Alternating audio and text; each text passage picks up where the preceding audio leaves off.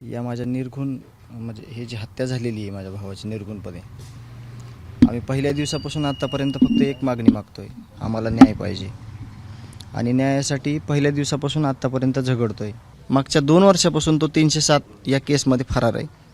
आणि तो फरार असताना 29/11ला जे खंडणीचं जे प्रकरण समोर आलेलं आहे, एका राष्ट्रवादी काँग्रेसच्या तालुका अध्यक्षाच्या ऑफिसमध्ये जी मीटिंग झाली, जिथून आवादा कंपनीच्या अधिकाऱ्यांना धमकावलं गेलं, खंडणी मागण्यात आली, तिथं तो पोलीस अधिकाऱ्यांसोबत कृष्णा आंधळे हा तिथं उपस्थित आहे. हा आलाय कॅमेऱ्यामध्ये, परंतु तो केज पोलीसमध्ये सर्रास वावरत होता. त्याला कुणाचंही भीती नव्हती, त्याला अभय होतं, पोलिसांचं राजकीय पाठबळ होतं, म्हणून तो कित्येक गुन्हे करू शकला. आणि सगळ्यात महत्त्वाचं की हे जे गुन्हेगार आहेत या प्रत्येकावर 7 ते डायरेक्ट 22पर्यंत गुन्हे आहेत. ह्याची अगोदर कुठंही चौकशी झाली नाही, त्यांना कुठंही शिक्षा मिळाली नाही.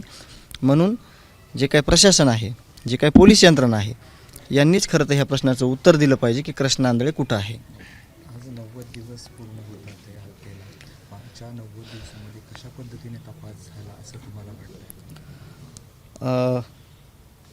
याबद्दल बोलायचं झालं तर याच्यामध्ये एवढं मोठं आव्हान होतं देशमुख कुटुंबियाला, गावाला, की कुठून सुरुवात करायची, न्याय कसा घ्यायचा, कुणाच्या दारात जायचं, कुणाजवळ टाहो फोडायचा, कुणाजवळ न्याय मागायचा, हाच खरा प्रश्न होता. परंतु जे गाव खंबीरपणे उभं राहिलं, 24 तास कमीत कमी रस्त्यावर उतरून जे लोकांना न्यायाच्या भूमिकेमध्ये न्यायाची भीक मागितली, त्यामुळे आम्ही तुमच्यापर्यंत आजपर्यंत पोहोचलो की गावांनी कशा पद्धतीने न्यायाच्या भूमिकेत उतरले होते.